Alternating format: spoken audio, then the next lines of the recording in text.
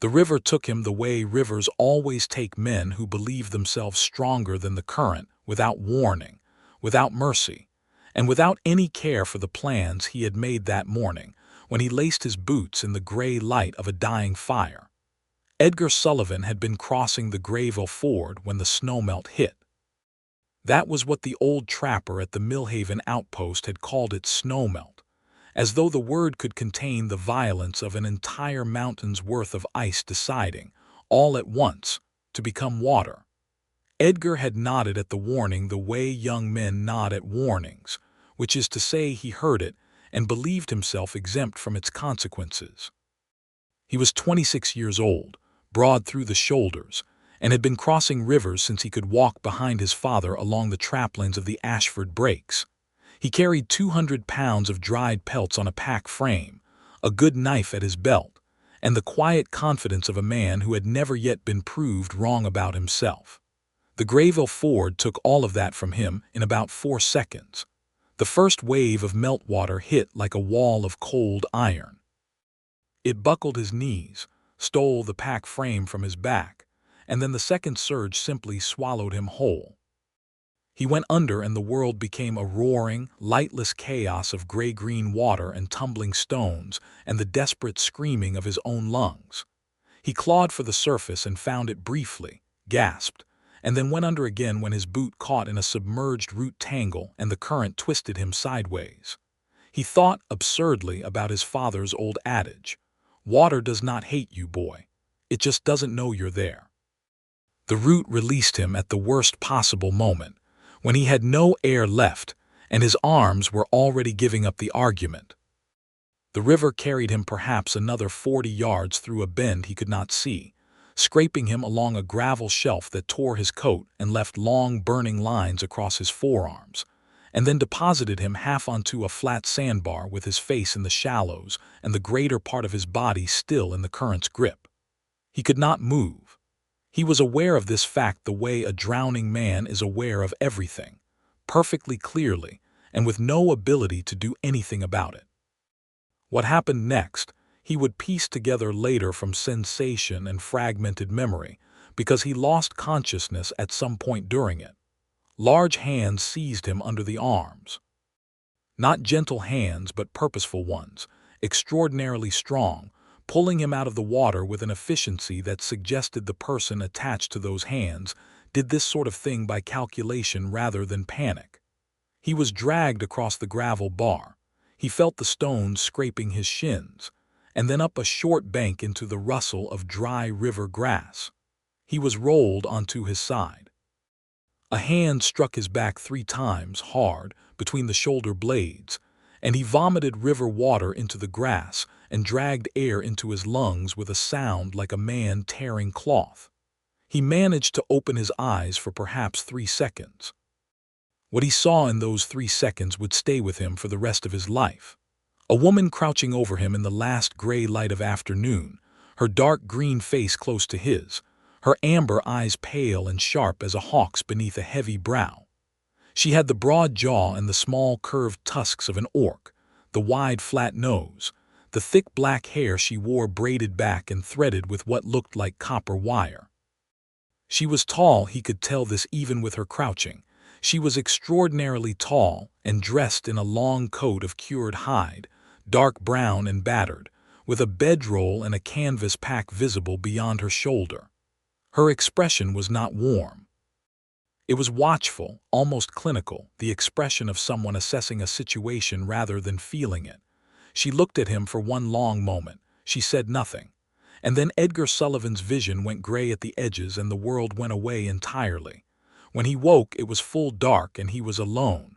The sandbar, the river grass, the sound of the Greyveil running fast and cold not 20 feet away. A thin quarter moon throwing just enough light to show him the outline of the bank above and the darker mass of the tree line beyond.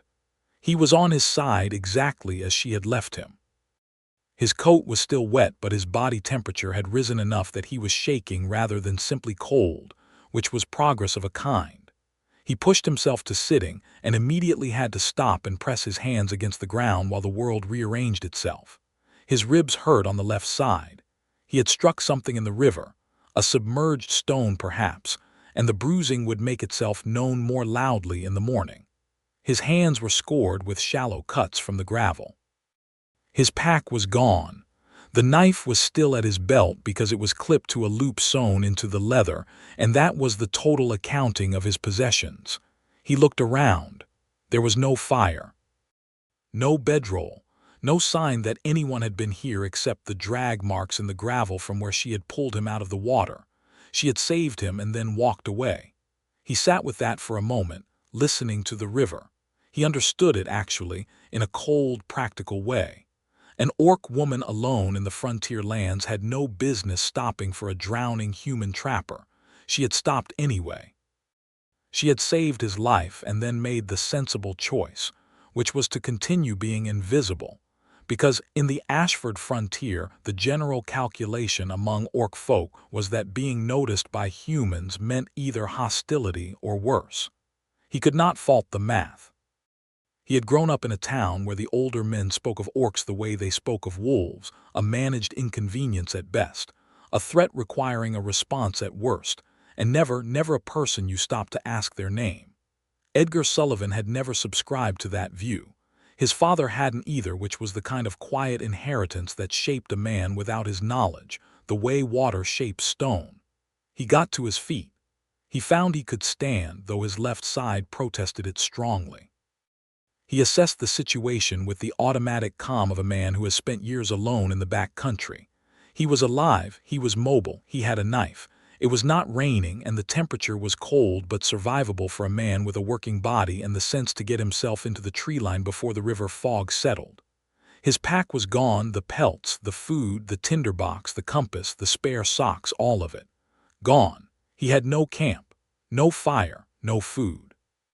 Somewhere behind him, several miles upstream, the Millhaven outpost sat with its oil lamp burning, and its miserly proprietor who would rent him a pallet on the floor for a coin he no longer had. And somewhere ahead of him, moving through the dark of the tree line, was the woman who had dragged him out of the river and left without saying a word. He could read trail sign well enough. His father had spent 10 years teaching him to read the land the way other fathers taught their sons to read books, and what he saw in the last of the moonlight as he climbed the bank was a set of boot prints in the soft earth, deep-heeled and long-strided, heading northwest into the pines. She had a heavy pack and she was moving with purpose, not fleeing, just walking. She had a destination. Edgar stood at the tree line and made a decision. He was not going to follow her because she owed him anything. She owed him nothing. She had, in fact, given him back his life, which made the ledger run entirely in his favor. He was going to follow the trail sign northwest because a woman who had been moving through this country with that kind of purpose had a camp somewhere, and a camp meant fire and food, and possibly a place to sleep that was not the frost-cold ground beside the Greyveil. He would not impose. He would find the camp. He would see if there was wood he could split or some other useful labor he could offer in exchange for a night near a fire, and if she told him to walk on, he would walk on. That was what he told himself. He walked for 40 minutes through the dark pines, following the boot prints by feel and by the faint starlight that broke through the canopy in patches, and he almost missed the camp entirely because she had placed it intelligently. A shallow rock overhang on the north side of a low ridge, sheltered from wind and from the line of sight of the river trail. The fire ring built deep under the overhang, so that the smoke dispersed through gaps in the rock above rather than rising as a visible column. There was a small fire going, low and hot, the way a person builds a fire when they want heat but not attention. And she was sitting beside it, her back to the rock, sharpening a knife on a whetstone, and she looked up and saw him before he had even cleared the last of the pine scrub. She did not reach for a weapon. She looked at him with an expression of profound, almost resigned unsurprise, the look of a person who has made a calculation that proved correct and finds no pleasure in it. "I figured you would track me," she said. Her voice was lower than he had expected, rough at the edges the way a voice gets from spending long stretches alone without anyone to talk to. Her common tongue was good, accented but precise, the kind of precision that comes from someone who learned a second language by listening carefully rather than from books. "I figured you would have fire," Edgar said, and held up both hands because it seemed important to establish that he was not threatening. "I'm not here to cause trouble. I just came out of a river and I have nothing. If you'll let me sit near your fire for the night, I'll pay you for it in work. Split wood, carry water, whatever needs doing." She looked at him for a long, assessing moment. Her amber eyes caught the firelight and held it, and he was struck again by how remarkable they were, very pale gold, almost white at the iris, with a quality of seeing everything and conceding nothing. "You tracked me in the dark," she said. It was not a question or a compliment, it was an observation being filed somewhere. "My father was a trapper, 20 years on the Ashford lines." "Was. He died 4 years ago." She was quiet a moment. Then she looked back at her knife and drew it slowly down the whetstone, the careful singing rasp of steel on stone. "There is wood behind the overhang, not split. If you want to sit by my fire, split wood." Edgar Sullivan went and found the axe, a short single-bit felling axe, well-worn and sharp, and the stack of unsplit rounds behind the overhang, and he split wood for an hour in the cold fire-lit dark while she sharpened her knife and did not speak to him. His ribs made the work painful but not impossible, and he fell into the rhythm of it the way he always had, the clean mathematical satisfaction of the axe finding the grain and the wood opening along the split, the neat stack growing. He split until the pile was done and his shirt was wet despite the cold, and then he stacked the split wood under the overhang where it would stay dry, and he came and sat down on the other side of the fire from her. She had put the knife away. She was eating something from a tin cup, what smelled like dried meat reconstituted in hot water, a kind of traveling stew. She produced a second cup from her pack and filled it from a small iron pot that sat at the edge of the coals and handed it across the fire to him without ceremony. "Thank you," he said. He meant it for the stew, but he meant it for the other thing too, and he thought she probably heard both meanings in it. She said nothing. She looked at the fire. "My name is Edgar Sullivan," he said after he had drunk half the cup. A long pause, the fire popped. Somewhere in the pines a nightbird made a low, hollow call. "Vola," she said. "Vola Bloodhorn," he nodded. "Are you heading somewhere, Vola, or are you settled in this country?" "Moving," she said. "I have been moving for 2 years." He did not ask why. He had learned from his father that asking why too quickly in a first conversation was a kind of trespass. He drank his stew and held his hands toward the fire and let the warmth work its way back into his bones, and after a while, he lay down on the hard ground near the fire with his coat pulled up and went to sleep, and the last thing he was aware of was the sound of her breathing steady and wakeful on the other side of the flames. He woke to gray morning light and the smell of wood smoke and pine, and he was alone in the camp again. He lay still for a moment, cataloging the situation. The fire had been banked, not extinguished. She had laid green branches over the coals before leaving so that it would hold through the morning without burning hot. The iron pot was beside it with a small amount of water still in it. The axe was back behind the overhang. The camp was otherwise empty of her and her pack. She had let him sleep and left quietly. He sat up, feeling his ribs ache with a deep, reliable ache that told him there was no serious damage but that the bruising would take a week to stop being miserable. He fed the fire and drank the water from the pot because he was thirsty, and then he sat and thought. He needed to get back to Millhaven and report the loss of the pelts to the trading company, a conversation he was not looking forward to. He had 6 weeks of trap work in that pack, the better part of what he expected to clear for the season, and losing it all to the river meant the winter would be lean. But Millhaven was east, and the trail that Vola Bloodhorn had been following was going northwest, and Edgar sat by her banked fire and felt something pull at him that he could not entirely account for. He went east. He had to. There was no sensible alternative.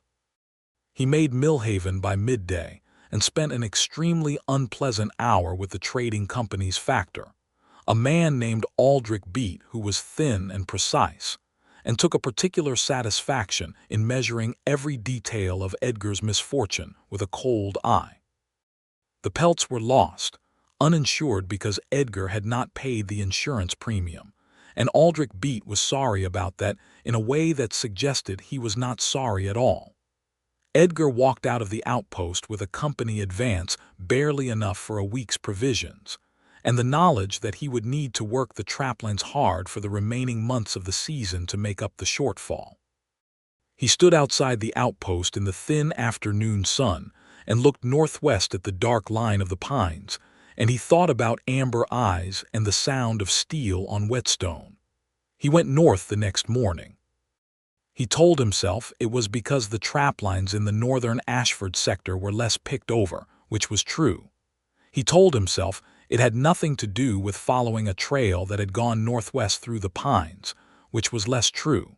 He worked the northern lines for 2 weeks. He did well. The country there was rich. The cold had pushed game down from the high ridges, and he had 12 good pelts in the first week and 8 more in the second. He made a small camp of his own at the head of a creek valley he had used before, a 3-sided lean-to of pine logs with a bark roof and a good fire ring, a place he had built 2 seasons ago and maintained since. He was comfortable enough.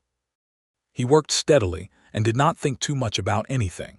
On the 15th day, he was following a creek upstream to check a beaver set when he saw the smoke. He nearly missed it. She was still building her fires with the same concealed intelligence. The smoke dispersed through pine canopy rather than rising clear. But he knew how to look for fires, and he was downwind, and the smell of wood smoke in that particular cold, clean air was a clear enough signal. He stood at the edge of the creek for a moment, listening to his own judgment tell him several things simultaneously, none of which were entirely rational. Then he went to find her camp. It was not the rock overhang. She had moved on from there, as she had said she would, but she had not gone far. She had made a different kind of camp here, less a traveler's overnight and more a settled arrangement. She had stretched a canvas fly between 3 pines at an angle that shed water and wind. She had a proper fire ring with good stones, and she had been there long enough that the ground inside the fly was worn smooth. But the fire was burning low, and there was a small problem, which he identified when he got close enough to see the woodpile. She was nearly out of fuel, and the nearest deadfall was wet from 2 days of rain, and making fire from wet wood in cold country was not impossible but was deeply unpleasant. He could see her pack inside the shelter. He could not see her. He found the nearest good deadfall, a pine that had come down at the edge of the creek 2 or 3 seasons ago, well seasoned under the outer wet bark, and he spent 3 hours cutting and splitting and carrying, making 4 trips to build a solid stack of dry split wood under the edge of her canvas fly where it would stay protected from the next rain. He kept the fire going while he worked, feeding it carefully so it would not die, because a fire that goes out in cold, wet weather is a genuine hardship to restart, and she had been out here alone long enough that he wanted her to have the comfort of it when she returned. He was on his 3rd trip back with an armload of split wood when he came around the edge of the fly and found her standing there, looking at the woodpile and at the fire and then at him with an expression he could not immediately categorize. She was carrying a brace of rabbits over one shoulder. She had been hunting. She looked at the wood. She looked at him. She looked at the fire. "You followed me again," she said. "I was checking a beaver set on the creek," he said, which was true. "I saw your smoke. And then you split my wood. Your pile was low. I had time." She was quiet for a moment. He waited. He was getting better at waiting, he thought. "You are a strange man, Edgar Sullivan," she said. "Probably," he agreed. She looked at him for another long measuring moment, and then she crouched down and began cleaning the rabbits with quick, expert strokes of her knife, and he understood that he was being permitted to stay, and so he stayed, and that was how it began. Not with any declaration or acknowledgement. Just with 2 people sitting on opposite sides of a fire while the rabbit cooked, and the cold wind moving through the pines, and the comfortable working silence of people who have been alone in the back country long enough that the presence of another human or near-human voice becomes its own kind of warmth. She asked him about the trap lines, practical questions about the creek drainage and the game sign he had been reading, and he answered honestly and in detail because he had a feeling she would notice any vagueness and not respect it. She knew this country. She had been moving through it for 2 years on her own, and she had the knowledge in her hands and in her eyes that comes from paying close attention to the land every single day. He asked where she had come from, and she said, without much expression, the Bloodhorn clan. South range of the Greyveil Highlands. He did not know the clan, but he knew the Highlands, a rough and beautiful country 3 days south, and he said so. "Why did you leave?" he asked, and then caught himself. "Sorry, that's too much, too fast." She looked at him. "Clan disputes," she said after a moment. "I disagreed with a decision and I was in the minority. In the Bloodhorn, the minority walks." She said it flatly, without self-pity, the tone of someone who has already made their peace with a hard thing. He did not press further. He ate his share of the rabbit. She had divided it evenly and precisely. And afterward they sat in the firelight in the growing dark, and she asked him how a human trapper had learned to read trail sign well enough to follow an orc woman through a pine forest in the dark. He told her about his father. 40 years old when Edgar was born, a quiet and methodical man who had loved the back country with a devotion he had no words for, and so expressed in the accumulated patience of teaching his son every skill he possessed. They had worked the Ashford traplines together for 14 years, since Edgar was old enough to walk the distance without complaint. His father had died of a fever 3 weeks into the harshest winter the Ashford had seen in a generation, and Edgar had brought his body down from the lines alone, 3 days' travel in the deep snow, and buried him in the churchyard at Millhaven, because his father had no particular feeling for churches, but the ground was softer there than out in the frozen forest. He did not usually tell people this story. He was not sure why he told it now. Perhaps because she had told him something true, and it seemed right to answer in kind. When he finished, Vola was quiet for a while. The fire had burned low, and she leaned forward and added 2 pieces of the split wood, the dry crack and hiss of it catching. Then she said, "He taught you to cross rivers too." He laughed, which surprised him. It was the first time he had laughed in weeks, and it came out rough and real, and she looked at him sideways with something that was not quite a smile but lived in the same neighborhood. "He taught me not to cross rivers when the snowmelt is coming," he said. "I just chose not to listen." "Water does not hate you," she said. "It just does not know you are there." He went completely still.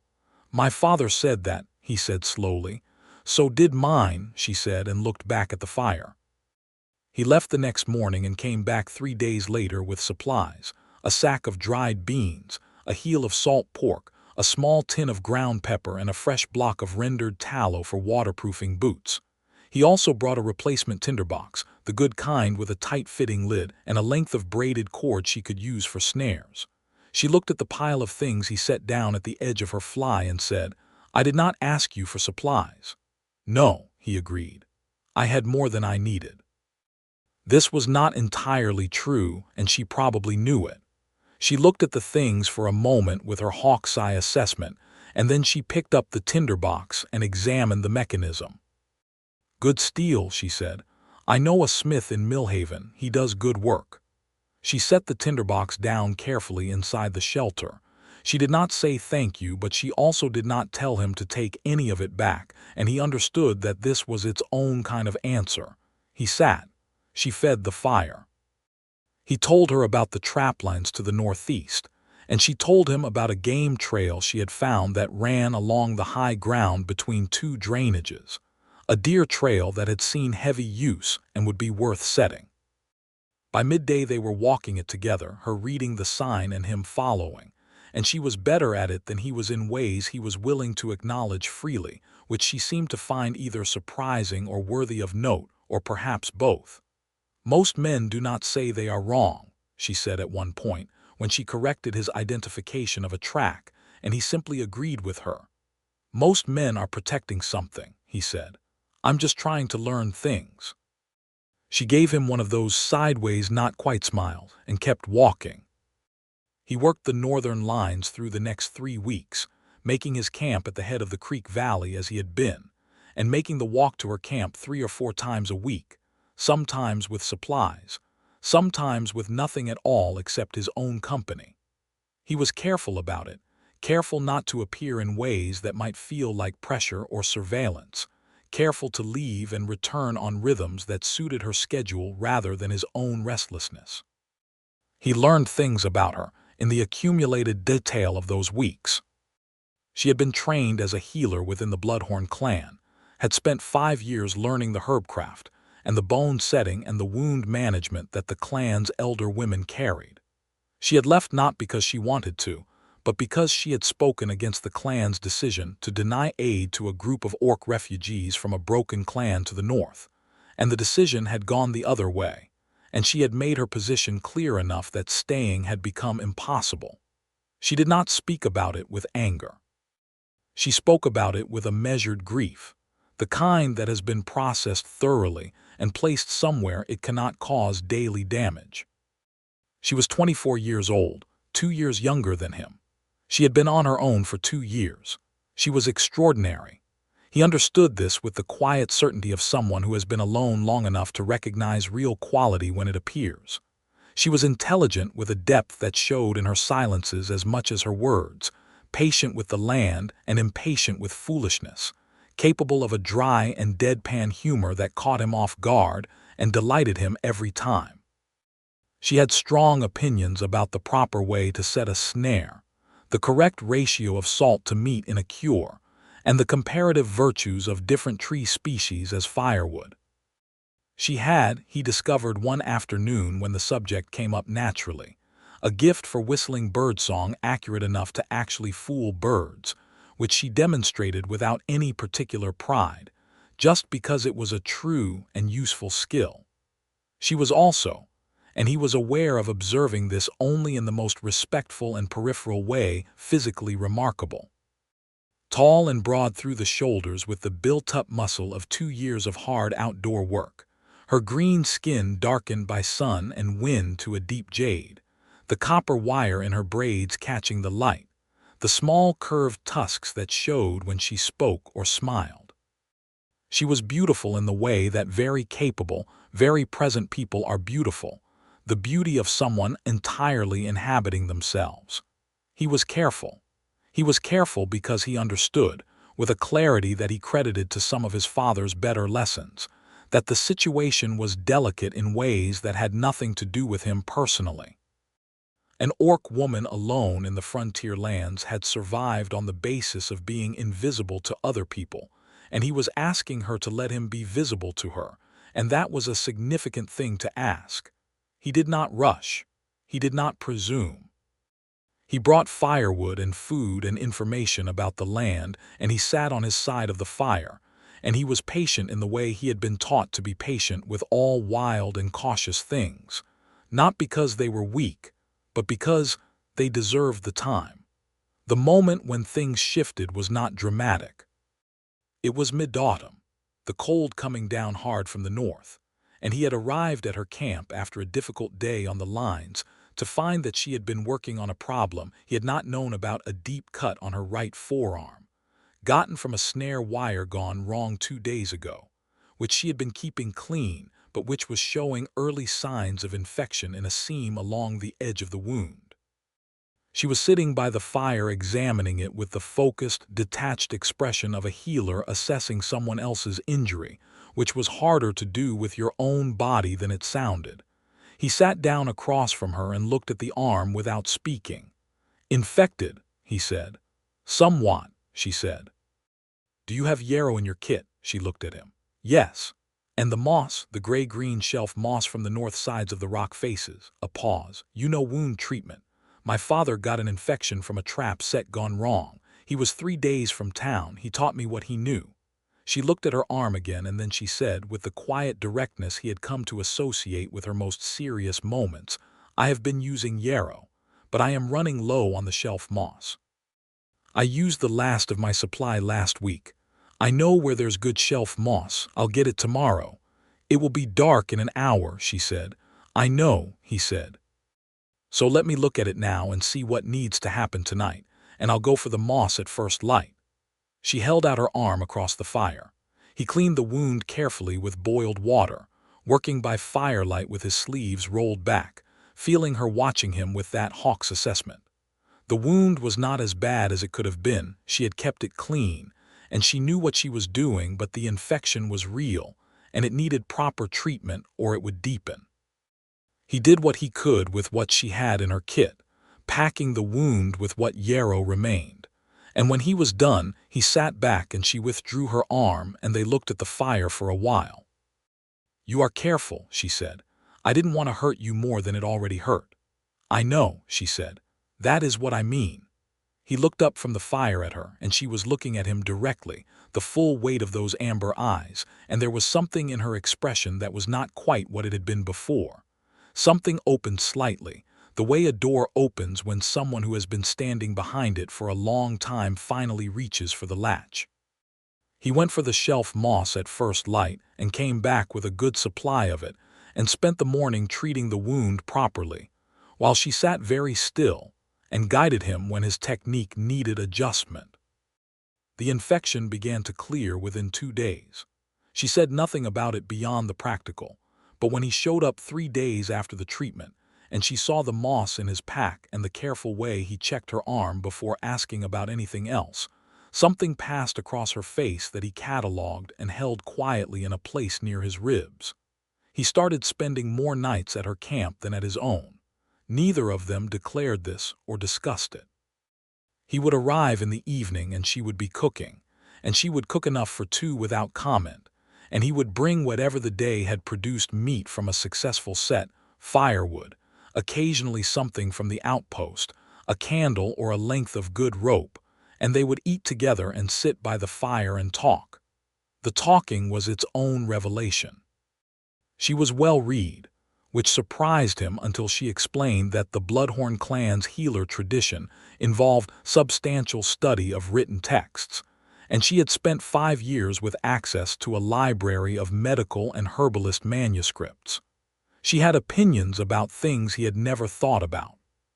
She had a completely unsentimental philosophy about hardship, not cold, just realistic, the philosophy of someone who has looked at hard things long enough to see them clearly. She made him think about things differently, and he told her this, and she said, "Good. A person who does not revise their understanding is not paying attention." He thought about her constantly.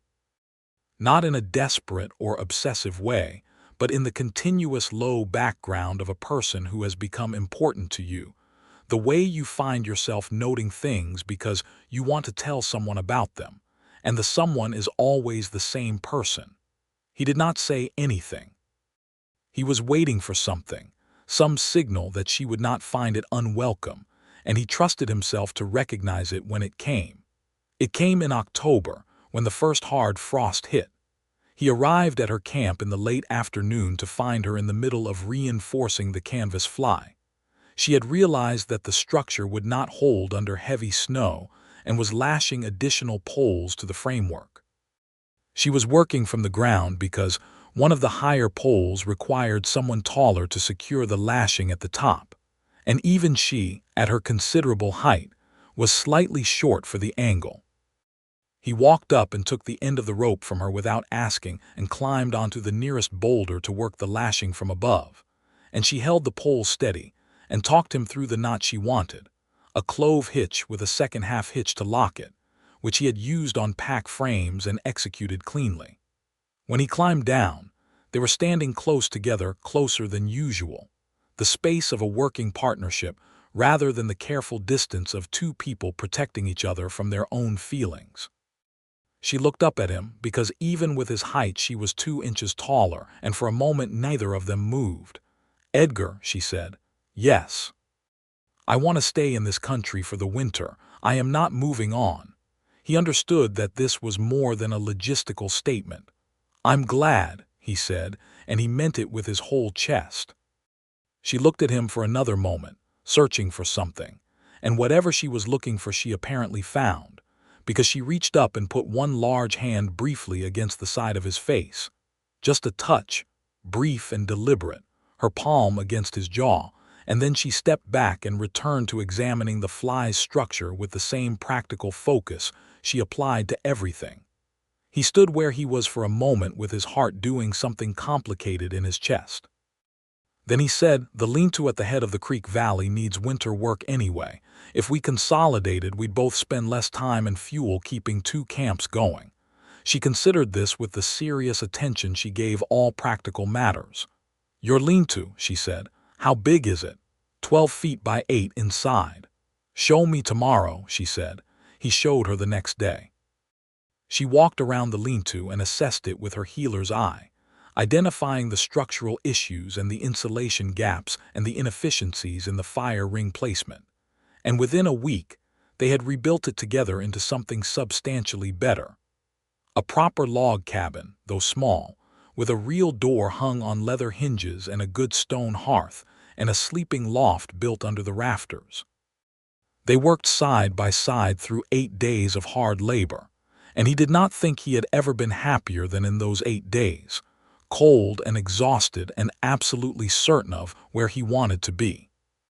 She moved into the cabin with him at the end of the 8th day, carrying her pack from the old camp, and set it down inside the door and looked around at the finished interior with an expression he had learned to read as satisfaction. "Good work," she said. "Good work," he agreed. That first night they slept on opposite sides of the hearth, her on the loft and him below, and he lay on his back in the dark and listened to the wind work around the eaves and felt the warmth of the hearth and thought that he was a very lucky man, and that he should not ruin it by being impatient. He was not impatient. It was not until November, 2 weeks after they had moved into the cabin, that she came down from the loft in the middle of the night to add wood to the fire, and he was awake. And in the firelight they looked at each other from across the small space of the cabin, and she said quietly, "You are awake." "I was thinking," he said. "About what?" "About you," he said, because it was November and they had been living 12 feet from each other for 2 weeks, and he was done with the careful diplomacy of not saying things. She crossed the cabin and sat down on the edge of his bedroll, which was on the floor beside the hearth, and she looked at him for a long moment in the firelight, her amber eyes very clear and very close. "I do not have a simple life to offer anyone," she said. "I am clan-exiled. I have no standing in human territory and limited standing among my own people. The people in your town will not be comfortable with what they see when they look at us." "I know," he said. "You know," she repeated, "but you have not lived it. You have been alone with me in the forest for 2 months, Edgar. That is not the same as walking into Millhaven with me beside you." "I know that too," he said. "I don't care." She looked at him a long time. He held her gaze. "You are a very strange man," she said again, but her voice was different now.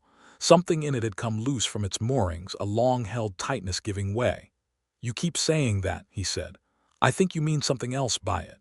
She reached out and took his hand. Her hands were large enough to make his feel ordinary by comparison, which was an unusual sensation, and he found he liked it quite a lot. Her fingers wrapped around his and held, and she looked down at their joined hands for a moment and then back up at him. "I mean," she said slowly, "that you are the first person in a very long time who has seen me without deciding first what I am." He turned his hand over under hers and held back, and he said, "I know what you are, Vola. You are the person who dragged me out of a river and gave me stew and let me split wood, and then built a better cabin than I could have managed alone, and who knows more about this country than anyone I have ever worked beside. That's who you are." She looked at him with those pale amber eyes. And then she leaned forward and kissed him, and it was gentle and deliberate and nothing like impulsive, and he brought his free hand up to the side of her face and held on with the reverence of a man who understands what he's been given. Winter came in hard and stayed. The snows began in earnest in late November, and by December the Greyveil was frozen over and the country north of the creek valley was under 3 feet of packed white. They were warm. The cabin held. They had laid in enough provisions through October and November, Edgar's traplines producing well, Vola's knowledge of root storage and preservation extending their stores considerably, that the cold was a comfort rather than a threat, something to watch from inside a warm place rather than endure. They lived closely and well. The small space of the cabin, which might have become cramped or difficult, became instead a domestic world entirely their own, governed by the comfortable rhythms of people who understand each other's habits and accommodate them without thinking. He woke earlier and built the fire before she came down from the loft. She made breakfast with a precision that produced consistently better results than his own more casual approach. He took the long trapline checks that required snowshoeing the upper drainage. She managed the camp, the food, and their combined health, which in winter involved a constant low management of cold exposure and caloric intake that she approached with the systematic thoroughness of a trained healer. She talked about her clan sometimes in the evenings when the fire was high and the wind was loud outside, and there was nothing to do but be present. She talked about her mother, who had been the senior healer of the Bloodhorn clan, a woman of legendary steadiness and precise knowledge. She talked about the smell of the clan's winter fires, the particular scent of burning sweetgrass that was used in healing ceremonies. She talked about the sound of clan voices in a longhouse on a cold night, 50 people generating warmth by their mere gathered presence. He listened to all of it with the attentiveness she deserved, and when she went quiet, he did not fill the silence with anything. Just let it be what it was, the sound of someone who misses what they loved and knows they cannot go back to it. "Do you miss it?" he asked one night. "Every day," she said without hesitation. "That does not mean I would undo the choice. The choice was right." Missing it and being right can both be true. He thought about his father, 3 weeks on the winter traplines, the fever coming in the second week, the long pull home, missing it and knowing it cannot be otherwise, both true simultaneously. "Yes," he said, "they can." She looked at him across the fire with an expression that was entirely open, all the hawk's guardedness laid aside, and he was struck by the beauty of it, the way she looked without the armor on, and he held her gaze and let her see that he saw it. Spring came the way it always does in the north, reluctantly, in stages, the cold retreating and then surging back and then retreating further, so that you were never sure it was gone until the day you looked at the tree line and the birch leaves were fully out, and the question had answered itself. They walked to Millhaven together in early May. He had not discussed this extensively in advance. He had simply, one morning, said that he needed to take the season's pelts to the trading post and asked if she wanted to come. She had looked at him steadily for a moment and then said yes, and that had been the whole conversation. Millhaven was not a large town.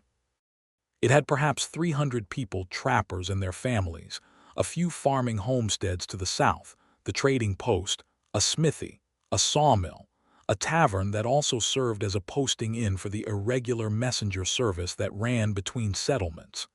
It was a rough and ready place, not without its decencies, but not without its prejudices either. Edgar knew the population and they knew him, and he had a general sense of how this was going to go. They arrived on a Wednesday morning, when the trading post was busy.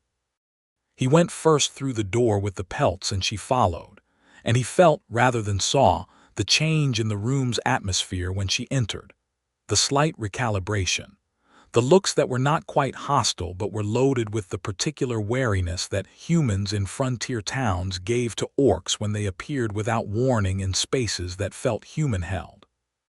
Aldrich beat the factor, looked up from his ledger and saw Edgar and then saw Vola and went through an almost comical sequence of expressions in about 2 seconds. "Sullivan," he said. "Aldrich," Edgar said pleasantly. He set the pelts on the counter. "Strong season, considering." "Yes," Aldrich said, his eyes still moving to Vola. "Who is this?" "Vola Bloodhorn," Edgar said. "She has been working the northern drainage with me through the winter. She's got her own pelts to sell, good quality. We'd like to settle both accounts today if you're not too busy." He said all of this in the same steady tone he used for everything, the tone that did not apologize or explain or invite disagreement. He had thought carefully about how to manage this moment, and had arrived at the conclusion that the best way was simply to make everything ordinary, because the more you apologized for a thing, the more room you gave other people to decide it was worth apologizing for. Aldrich Beat was many things, but he was first and foremost a businessman, and Vola's pelts were excellent. She had spent the winter learning from Edgar's technique and applying it with the meticulous care of someone trained to do precise things precisely, and business was business. "Right," Aldrich said and began counting. The other men in the trading post adjusted. Not warmly, not immediately, but they adjusted, which was what Edgar had hoped for. One man, a trapper named Gareth, who had worked the southern lines for 15 years and who Edgar knew to be generally decent, looked at Vola's pelts and said, "Good treatment on the stretch marks. Where'd you learn that?" "Experience," Vola said, and Gareth nodded and went back to his business. Outside afterward, she was quiet for a moment. Then she said, "That went better than I expected." "People mostly follow the temperature of the room," Edgar said. "You change the temperature first and the people follow it." She looked at him sideways. "Is that what you were doing?" "Trying," he said. She was quiet another moment, and then she took his hand, which was not a gesture she made often in private and had never made before in public. He held on and felt the warmth of it go all the way up his arm. "Thank you," she said. They had provisions to buy and mail to check. Edgar received a letter twice a season from his aunt in the lowland town of Chelford, his father's sister, the last of that branch of the Sullivans. And so they moved through the town on their various errands, and Edgar was conscious the whole time of the way the town calibrated to them. Mostly tolerance, edging here and there toward curiosity.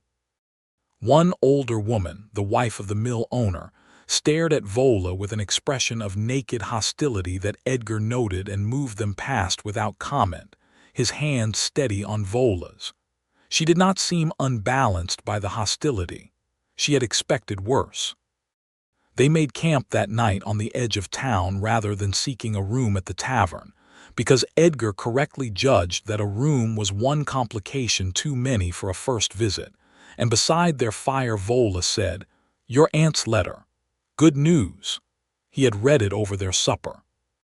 His aunt was 62 and in good health and had written in her cramped and cheerful hand about the spring market in Chelford and her neighbor's new grandchildren and the price of wool this season, and at the very end she had written, "Are you well out there, Edgar? Your last letter said little. Are you lonely?" He looked at Vola across the fire. "She wants to know if I'm lonely," he said. "Are you going to tell her?" "I'm going to write her a long letter," he said. "She deserves the full story." Vola considered this. "Is she the kind of person who will be upset?" He thought about his aunt, who had marched into his father's funeral with her boots muddy and her head up, and had held Edgar's hand through the whole service with a grip like a vice, not gentle but absolutely unyielding. "No," he said. "She is the kind of person who will want to know everything." He wrote the letter that night by firelight, which was not ideal for penmanship, but was what the situation provided. He told his Aunt Clara about Vola with the same directness he had used at the trading post. No apology, no excessive explanation, just the facts of who she was and what she meant to him. He told her that Vola was an orc woman, clan-exiled, a trained healer, the most capable person he had worked beside in his adult life, and that he was in love with her, and intended to spend as much of his future as she would allow him in her company. He sealed the letter and sent it with the next messenger, and did not worry about the response. Summer brought its own rhythms. They expanded the cabin, built a lean-to addition off the east wall to serve as a workshop and storage, added a proper window with oilskin to admit light, built raised garden beds in the clearing south of the cabin, where Vola began growing the medicinal herbs she had depended on gathering wild. She had an extensive knowledge of what could be cultivated and what could not, and she approached the garden with the same systematic thoroughness she brought to everything. keeping records in a small notebook she had carried from her clan in a handwriting that was neat and dense, and entirely her own, a mix of common alphabet and the Orc clan script that looked to Edgar like a beautiful angular code. He began learning the clan script that summer. He asked her to teach him because he wanted to be able to read her notes, and she looked at him as though he had proposed something slightly absurd, and then she got the notebook out and opened it to a clean page and began. He was not a fast learner of written language. He was excellent with his hands and with spatial understanding, and with the reading of natural sign, but the abstract memorization of symbol-to-sound correspondence was slower work. She was patient with him. Not falsely patient, not the patience of a person suppressing irritation, but the genuine patience of a teacher who has no attachment to how fast the learning happens and simply presents the information clearly and lets the student take the time they need. He loved her for this, among many other things. His Aunt Clara wrote back in July. The letter was 7 pages, which was the longest thing she had ever sent him, and it was characteristically direct. She said she was glad he was not lonely, that she was not surprised by anything he had told her because she had always suspected that Edgar would do things his own way, and she had always admired his father for the same quality, that she looked forward to meeting Vola when circumstances permitted, and that she thought anyone who could read trail sign and treat wounds and grow medicinal herbs and had survived 2 years alone in the frontier was a person worth knowing. At the bottom she had written, "Your father would have liked her. I am certain of it." He read that line to Vola. She looked at the fire for a moment, and when she looked back her eyes were bright in a way that was not tears but was adjacent to them, the expression of someone who has been given something they did not know they were hungry for. "She sounds like a good woman," Vola said. "The best kind," he said. "Practical and honest and entirely on your side once you've earned it." "Have I earned it? I've never met her." "She read my letter," he said. "You earned it in the letter." A year passed from the day he had been dragged out of the Greyveil, and on the anniversary, which he marked because he was sentimental in ways he did not bother concealing.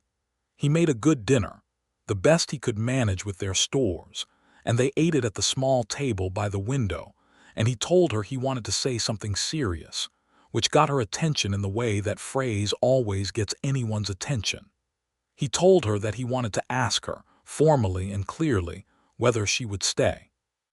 Not just through the next season or the next difficulty, but as a permanent arrangement. He told her that he was aware of everything she had said that November night about the complications of their situation, the clan exile and the social arithmetic of frontier towns, and he was telling her that he had considered all of it, and none of it changed anything for him, and he was asking her to make a life with him here, in this cabin on the creek, in this country they both knew and loved. He said it all in one go, which was unlike him.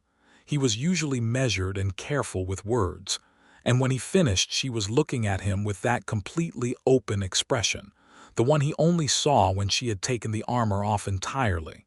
She said, "Edgar, I have been home for a year. I have just been waiting for you to say it." He reached across the table and took both her hands in both of his, and she held on, and outside the window the summer light was long and golden through the birch leaves, and everything was exactly as it should be. The formal arrangement, as they worked it out over the following weeks, was not a human ceremony because neither of them had any strong attachment to human ceremony, and not an Orc clan ceremony because she had no clan to witness it. What they did instead was something they invented together. They walked to the Greyveil ford on a clear September morning, the anniversary of the drowning coming around again, and they stood on the gravel bar where she had dragged him out and held hands and said, each to the other, what they meant. What she said was careful and considered and completely honest, as everything she said was. That she had come to this country alone and expecting to remain alone, that she had not saved him from the river with any intention, beyond the fact that a person drowning in front of you is a person you pull out, and that what had happened afterward had been the most unexpected and the most important thing in her life, and that she chose him freely and completely, and with full knowledge of every complication, and she intended to keep choosing him for as long as she was alive. What he said was, "I don't know enough words to match that. But I know that the day I woke up alone on this sandbar and tracked you through the dark into the pines was the best decision I ever made, and I would make it again in any life I was given. I love you, Vola. Every part of what you are. I always will." The river ran past them, cold and fast, exactly as indifferent to their lives as rivers always are, knowing nothing of either of them, carrying its water to the sea on its own ancient agenda. They stood on its bank and held on to each other, and the day was very clear. Their life settled into itself over the next years with the deliberate and layered richness of a thing being built well. The cabin grew. The workshop became a proper room. The garden expanded to include vegetables as well as medicinal plants, and Vola's herbalist knowledge, applied to a permanent cultivated plot rather than wild gathering, produced yields that began to be worth something beyond their own use. The trading came first. She had knowledge that the frontier community needed. Wound treatment, fever management, the setting of broken bones, the preparation of medicines for ailments that the nearest physician, a day's ride south in the larger settlement of Breford, was not always accessible to address. People began to come to the cabin on the creek. Slowly at first, and with some degree of visible self-consciousness, because asking help from an orc woman was not something that came easily to people raised to the standard frontier view of orc folk. But desperation is a reliable solvent of prejudice, and the frontier had no shortage of desperate moments. A child with a deep cut that would not close, a trapper with a broken forearm, a farmer's wife with a fever that had gone on 4 days too long. She treated them all with the same measured competence she brought to everything, and they went home better than they had come, and they talked about it to their neighbors, and gradually the foot traffic to the cabin on the creek became a regular thing. Edgar built a proper waiting area outside the cabin door. He made a wooden bench, rough but solid, and set it under the overhang of the lean-to roof so that people could wait out of the rain. He expanded Vola's supply storage. He made the long trips to Breford twice a season to buy the things she could not grow or gather specific mineral compounds, the imported herbs that did not grow in this latitude, the good linen bandaging that she preferred over the local equivalents. He did all of this without being asked, in the same way he had split wood that first night at the rock overhang, because it was obvious what needed doing and he had the capacity to do it. She noticed. She always noticed. She told him once, in bed in the loft on a winter night with the snow coming down outside and the hearth warm below, that the thing she had been slowest to learn to trust was not his kindness. She had recognized that early, but the steadiness of it. The fact that it did not depend on mood or weather or how the day had gone. That it was simply a quality of him, like the sharpness of his trail reading or the rhythm of his axe work. "I kept waiting for it to change," she said, "for there to be a condition. Something you wanted in return that I would eventually fail to give." "There's no condition," he said. "I know that now," she said.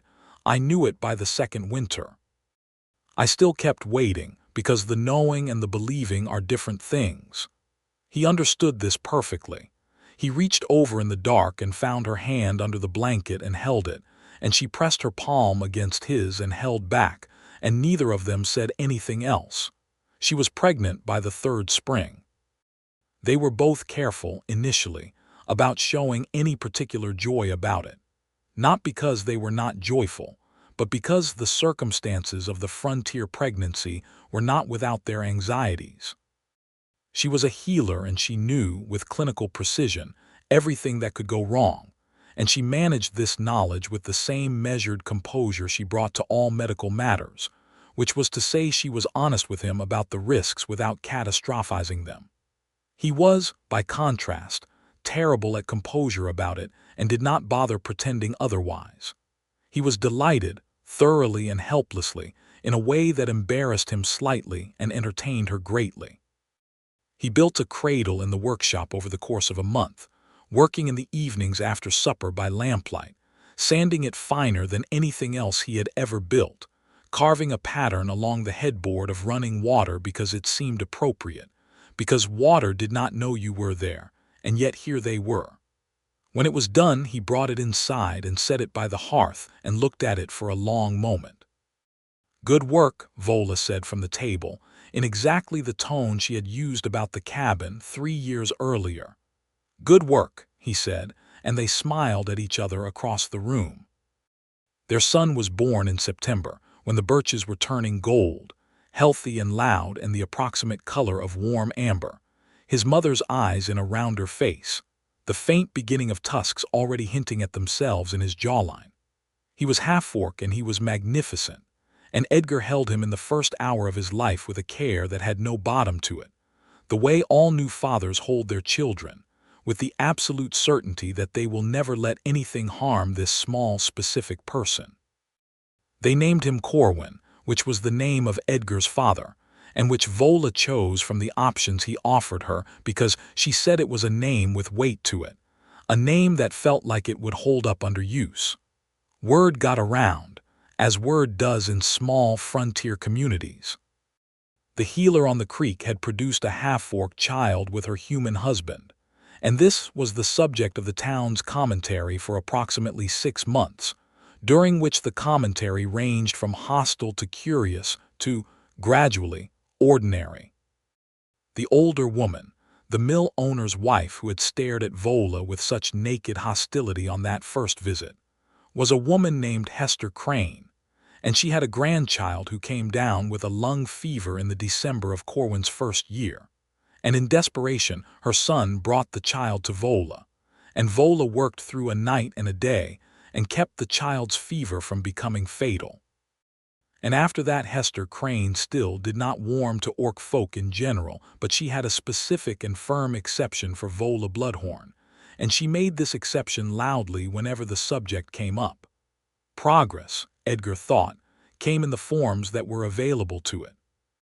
They invited Clara to visit when Corwin was old enough to make the journey something she could meet at the other end rather than arriving to chaos. She came the following summer, 64 years old, and exactly as Edgar remembered her, small and wiry, and absolutely unintimidated by anything, arriving with a pack that was far too heavy for a woman her age and refusing any help with it. She met Vola in the doorway of the cabin on the creek and looked at her for a long moment with the same assessing clarity that ran in the Sullivan family, and then she said, "You're taller than I expected." "You're shorter than I expected," Vola said. Clara laughed, a short barking sound of genuine delight. Edgar always did have better taste than he let on. She stayed 3 weeks. She adored Corwin with a wholly unself-conscious devotion that had him hanging off her arm within the first day. She learned the layout of Vola's garden and asked intelligent questions about the medicinal uses of each plant, not because she had any professional interest, but because she was curious about everything, and had the old-fashioned virtue of asking questions rather than making assumptions.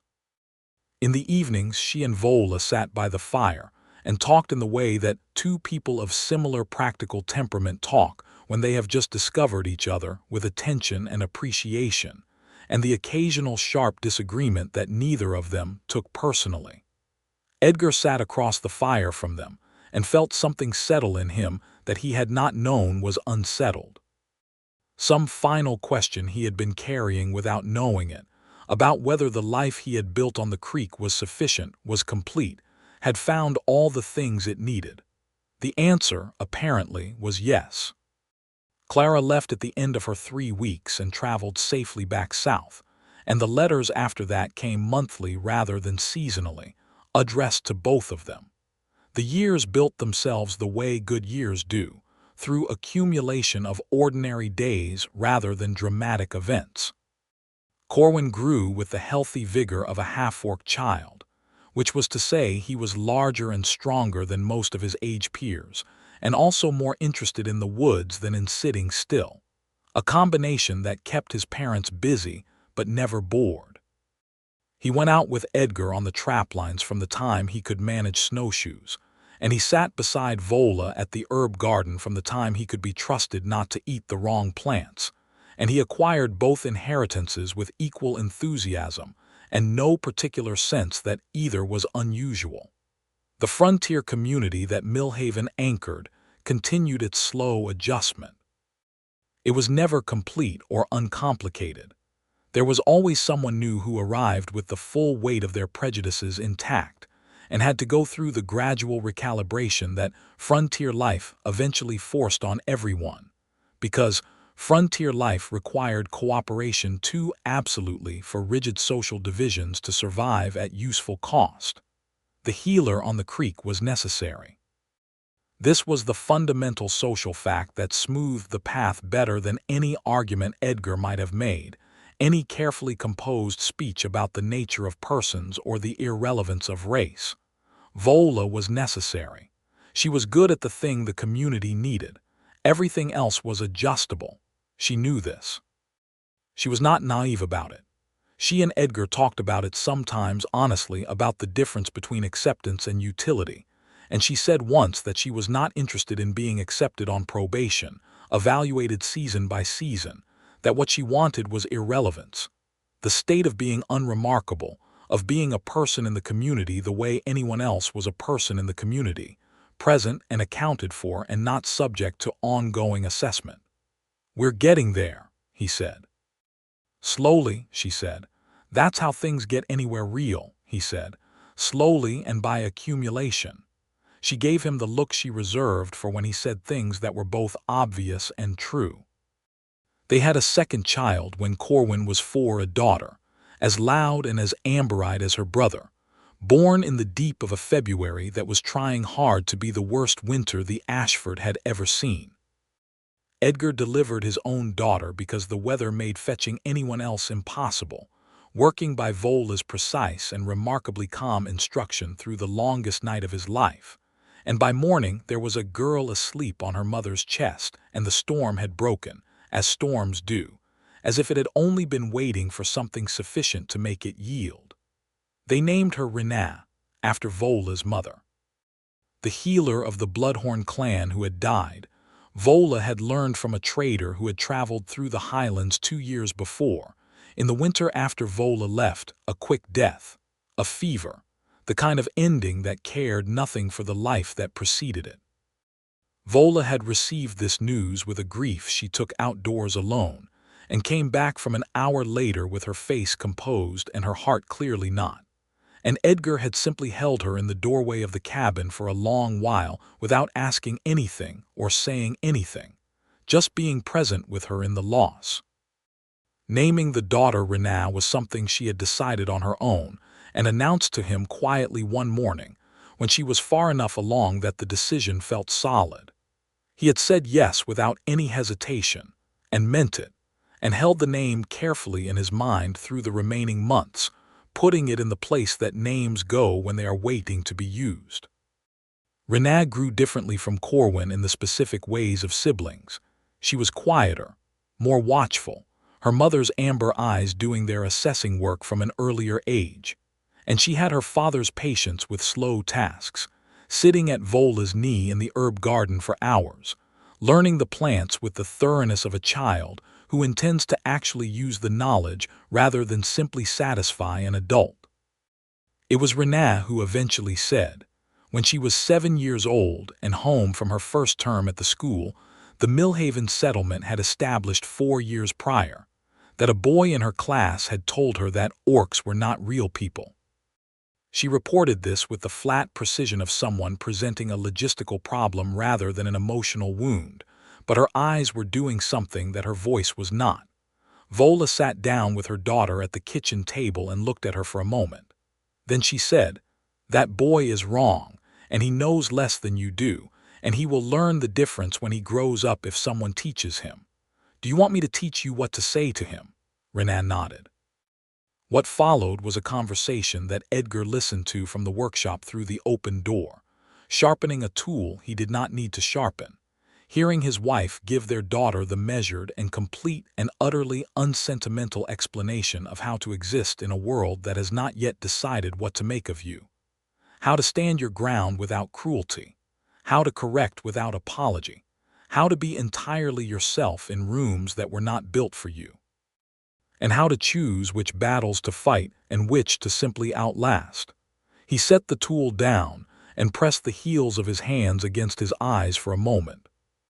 Then he went inside and sat down at the table with them, and Renat looked at him and he said, "Your mother is right about all of it, and I'll tell you something else. Everybody in this settlement has been treated by your mother at some point. Everybody here owes her something, including that boy's father. You walk in that school knowing that." Renat considered this with her characteristic thoroughness. "All right," she said. She went back the next day, and the problem was not entirely resolved. These things never are, entirely, in a single conversation. But it was addressed, and Renat handled it in a way that indicated she had processed her mother's instructions fully. And the year after that, she and the boy in question were somewhat adversarial friends, which is the kind of relationship that frontier children form with each other across difference when they are stuck together in a small school through a long winter. The years continued. The cabin on the creek became, by increments, a homestead, a word with weight to it, a word that meant permanence, roots, a place that was undeniably yours. They added another room. They fenced a pasture and acquired 2 goats and a horse. The herb garden became large enough that Vola's medicinal work outgrew the occasional consultation model and became something that required organization, and Edgar built her a proper workroom attached to the east side of the cabin, with good light from 2 windows and shelving along 3 walls and a separate door for patients. People came from as far as a day's ride. The physician in Breford, a man named Dr. Hallen, who was practical above everything else, made the journey to meet Vola in her 4th year of practice and spent 2 days discussing herbalism and wound treatment with the respectful attention of a colleague. He had expected, Edgar suspected, to find something more informal and was surprised, or perhaps not entirely surprised, because Hallen was a perceptive man, to find instead a systematic and documented practice of considerable depth. He and Vola established a working correspondence after that, letters going back and forth once a month, and the following spring he sent his apprentice to spend a season with her, which was the kind of formal recognition that settled questions of standing more effectively than anything else could have. Edgar continued the traplines until Corwin was old enough to work them seriously, and then they became a partnership, father and son on the upper drainage through the winter season, reading sign and setting and checking with the same patience that Edgar had learned from his own father and was passing forward now, the long chain of it, knowledge moving through hands. Corwin was excellent at it, more patient than Edgar had been at the same age, more willing to sit with uncertainty and wait for a situation to clarify. He also had his mother's eye for plant sign, which meant he could read the landscape in 2 registers simultaneously, and Edgar told him once that this was a gift, and Corwin accepted the statement with the equanimity of a young man who has been told his inherited qualities are valuable often enough that he believes it. Vola's 40th year was marked by a thing that Edgar had been working on quietly for the better part of a year. He had written a letter south to the Bloodhorn Highlands, addressed generally to the clan's current leadership, on the subject of their former healer. He did not know if the letter would be received or responded to or simply burned. He wrote it anyway because Vola had said once, just once, quietly in the dark of a winter night, that she still thought about it sometimes, the exile, and that the hardest part was not the exile itself, but the fact that there had been no ceremony to it, no acknowledgement, just a walking away and a silence that had lasted nearly 16 years. The response came 4 months after he sent the letter. It was not from the clan's leadership. The leadership had changed twice since Vola's exile, and the current chief had not known her personally. But it was from a woman named Aura, who had been Vola's age mate, her closest friend in the Bloodhorn, and who had eventually also left the clan over the same dispute that had exiled Vola, though she had left later and under different terms. Aura was now living on the southeastern edge of the Greyveil Highlands, working as a trader and traveling the routes between the orc settlements and the human frontier towns, and she had heard Vola's name from a trader who had passed through Millhaven. She had been looking for a way to reach her. He gave Vola the letter on her 40th birthday. She read it sitting by the fire with the children asleep in the loft above and the winter dark outside, and he watched her face as she read and saw it move through a sequence of expressions: surprise, and then something sharper, and then a softening that went all the way down, the expression of someone returning to something they had given up. She read the letter twice. Then she folded it precisely and set it on her knee and looked at the fire for a long time. "She has been in the Highlands," Vola said. "Not far. A few days' ride," he said. "You arranged this." "I wrote a letter," he said. "I didn't know what would come of it." She looked at him across the fire, and her amber eyes were very bright, and she said, "You are always doing things you do not announce." "You do things too," he said. "You do not always announce them either." She thought about this for a moment, and then she stood up from the fire and came to him, and held his face in both her large hands and kissed him the way she had kissed him that first time in the loft, with the deliberateness of a person making a choice fully, and he held on to her wrists and let the warmth of it go all the way through him. Aura visited in the spring. She was a big, weathered woman with a laugh like a door swinging open, and the reunion between her and Vola was something Edgar and the children watched from a respectful distance. The two women standing in the clearing in front of the cabin, first at arm's length and then not, holding onto each other with the grip of people who had both been alone a long time and were finding their way back to something they had both missed. The children watched with the wide-eyed attention of young people witnessing adult emotion on a scale they have not yet personally experienced. Corwin, who was 14 and already taller than his father though not yet as tall as his mother, stood beside Edgar and said quietly, "Is she all right?" "She's very all right," Edgar said. Aura stayed a week, and the conversations she and Vola had in the evenings sometimes went until very late, and Edgar listened from whatever room he was working in with the comfortable background awareness of a man who understands that some things belong entirely to other people and does not need to be part of everything to feel included. After Aura left, Vola was different in a way he watched settle into her over the following weeks. A final lightening, some weight he had not known she was still carrying dispersing gradually into the ordinary air. She had been happy before Aura's visit. She was differently happy after it, with the specific quality of someone whose past and present have been reconnected, who no longer has to carry an exile in silence because the exile has finally been acknowledged by someone who was there. They were in their 40s when Corwin left for the first time, not in any way that was permanent, but with the unmistakable purposefulness of a young man who has something to figure out. He spent 2 seasons working the trading routes with Aura, who had become a steady presence in their lives over the years, coming through 2 or 3 times a year, bringing news from the Highlands and the settlements and the wider world. Edgar watched him go with the complicated pride of a parent releasing a child into the world they have prepared for and trusting that the preparation was adequate. It was. Corwin came back from his trading seasons with his mother's eye for plants still intact, and his father's trail sense sharpened by 2 years of cross-country travel, and also with a quiet confidence that had not been there before, the confidence of someone who has tested himself against the world and found that he holds up. He settled back into the homestead in his early 20s and eventually built his own cabin at the edge of the property, close enough to be part of the family's daily life but separate enough to be his own. Renaa was a different proposition. She had, by the time she was 20, already made it clear that she was going to follow her mother's work, and the question was only how and how far.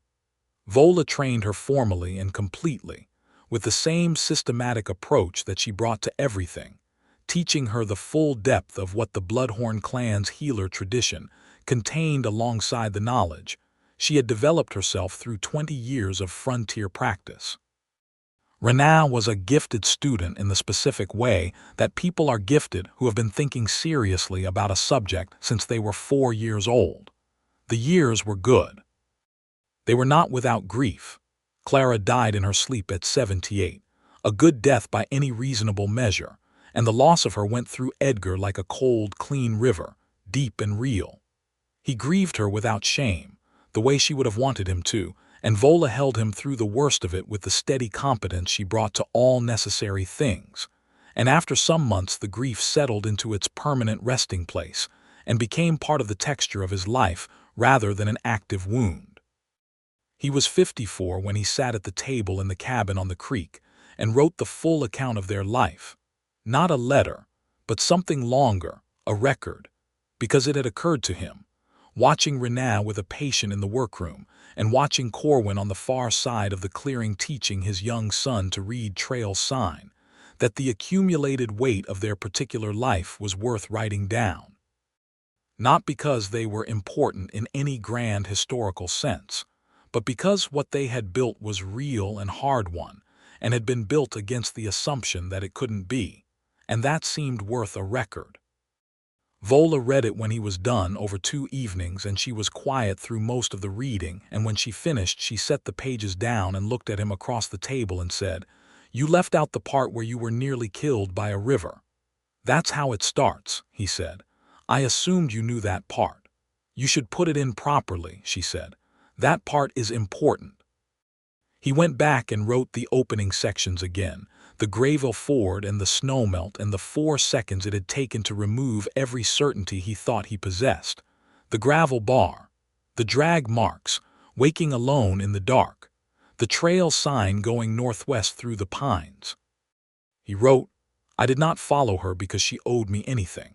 She had given me back my life, and the ledger ran entirely in her favor. I followed her because she had gone northwest into the dark with purpose and a destination, and I had nothing left to lose and no more reason to go east than west. And in the end, I suppose, the only honest answer is that I followed because I could not imagine not following, and I did not know yet how completely right that instinct was." He handed the new pages to Vola.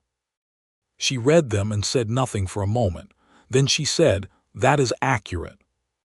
He put the pages back in order and wrapped them in oilskin to keep the damp out, and set the bundle on the shelf beside Vola's notebooks, her decades of careful herbalist observation in the mixed script that he had learned to read over the years, the common alphabet and the angular Orc clan script she had taught him letter by letter at the kitchen table of this same cabin when there were no children yet, and the winter was long, and they had had nothing to do but learn each other.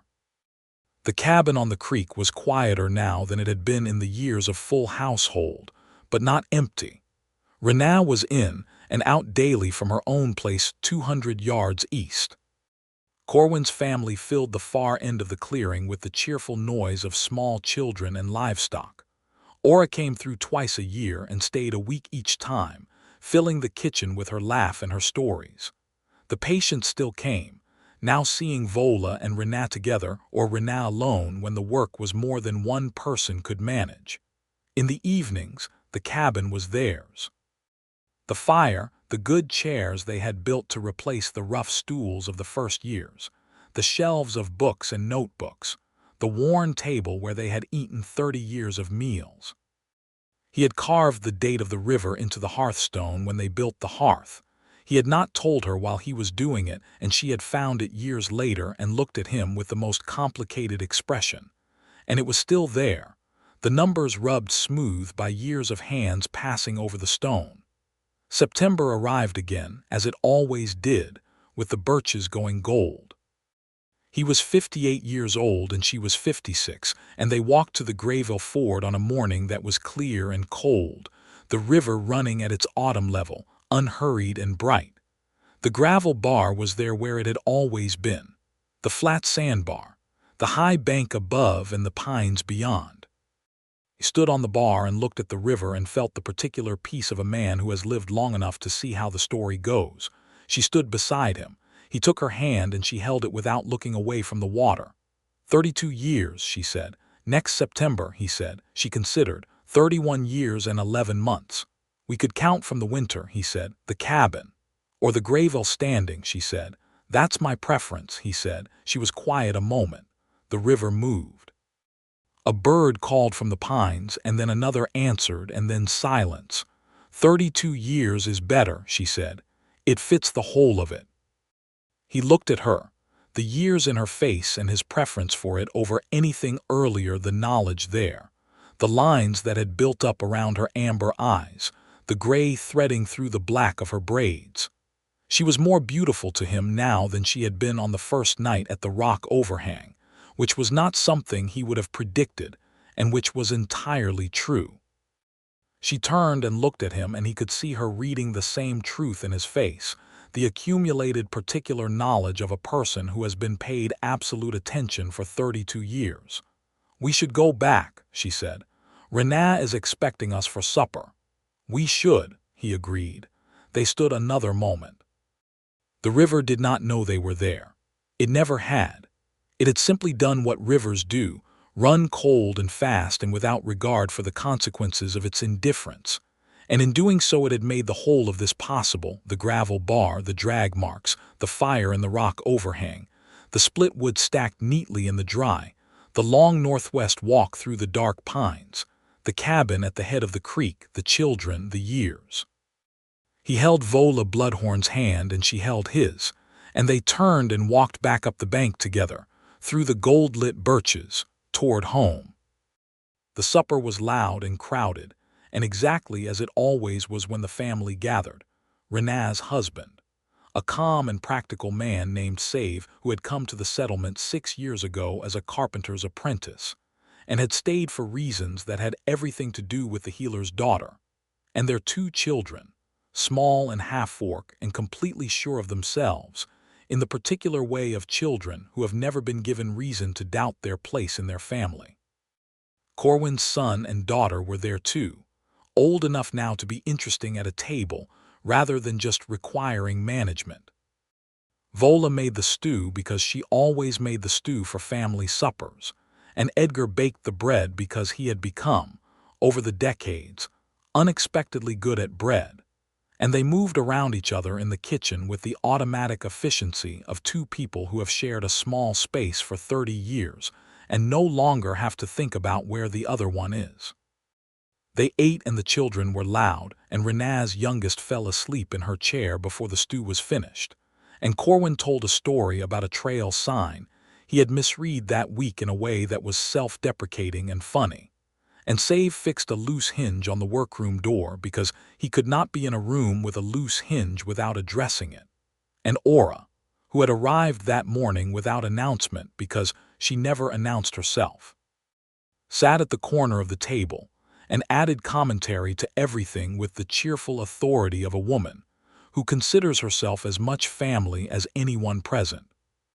When it was late and the children were beginning to require their beds and the cold was coming in under the door, Edgar stood and brought more wood for the fire, and Vola watched him from the table with the amber eyes that had been watching him for 32 years, seeing everything, conceding nothing, giving everything, and he came back and sat beside her, and she put her hand over his on the table and left it there, warm and certain, the most familiar weight in the world.